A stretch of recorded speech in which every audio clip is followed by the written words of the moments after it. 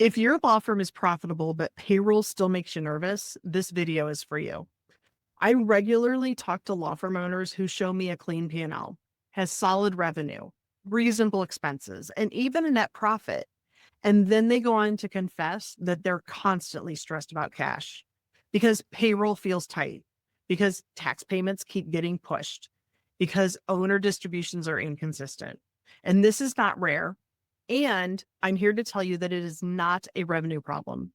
Today, I'm going to explain why profitable law firms still run out of cash, what is actually happening behind the scenes, and how to spot the issue before it turns into chaos. Now, many law firms that I work with are on a cash basis versus an accrual basis. So, on a cash basis, they assume that profit and cash should move together. And in theory, that sounds right. But in practice, it's where a lot of confusion starts. So even on a cash basis, the P&L does not tell the full cash story for a law firm owner. And here's why. Owner distributions are not expenses reported on your profit and loss statement. When cash is taken out of the business for owner draws, it reduces the bank balance, but it does not reduce reported profit. And debt payments work the same. So principal payments on loans will reduce your cash, but do not show up as expenses on the P&L. Only the interest shows up on your P&L. The same is true for many owner level tax payments. I mean, how many firms have cash in the firm that they use to make their estimated personal tax payments? So estimated taxes paid personally by the owners with law firm money reduce cash available to the business, but they do not appear on the operating expenses on the firm's P&L. So a firm can look profitable even on a cash basis while cash is quietly leaving the business through distributions, debt principal, and tax obligations that never appear as expenses. And all of this creates a false sense of security.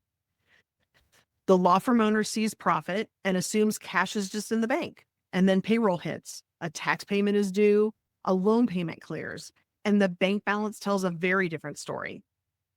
Cash flow issues in law firms is not about bad accounting. It's about missing visibility into where cash is actually going outside of the P&L. And this is why cash basis firms still need cash flow forecasting and intentional distribution planning. Without that, profit can look healthy while cash stays tight. So let's talk about the cash lag. For most law firms, cash doesn't arrive when the work is performed. It arrives weeks or months later. A simple way to think about it is this, and this is something that I call cash lag or cash lockup. And it's the number of days it takes you to bill for work you've completed, plus the number of days it takes you to collect that money you're owed. Now, industry benchmarks for many small and mid-sized firms look like this. The number of days to bill, 7 to 14 days on average. Here's the kicker. The days to collect, 30 to 45 days. So this cash lag or cash lockup is about 60 days. Now, here's a real world example. Let's say that you get some work completed on January 1st, but you don't get your bills out until January 25th. And then your client doesn't pay you until March 10th. That's about 68 days before cash shows up in your bank account. And during those 68 days, the firm still is paying payroll, benefits, rent, software, and estimated tax payments. So if you are not forecasting that gap in cash, you're going to have stress, and it's not accidental. One of the biggest contributors to cash flow chaos is delayed billing. Now, many firms wait until month end to bill. Sadly, some get caught up in other things going on and wait longer. When billing is delayed, revenue exists on paper, but that cash is trapped in your WIP. And this creates what I call artificial cash shortage. So the law firm thinks it needs more revenue, but the real issue is that it has money it's earned, but it's not been converted into invoices yet. And clients can't pay you until you send them an invoice and they know how much they owe you.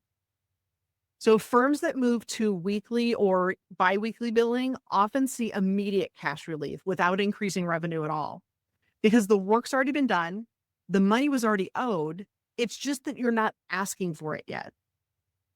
And another common issue is confusion between trust balances and operating cash. Trust accounts can look healthy while the operating account is under pressure. Now, everybody knows trust money belongs to the clients. It's not available to fund the firm's payroll or taxes or any other obligations.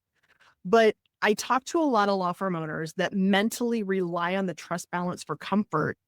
They delay addressing operating cash gaps because they know the money's there. They just need to finish the work or build the work and we can transfer it under the trust, right? So separating your trust reporting from your cash forecasting is critical with this.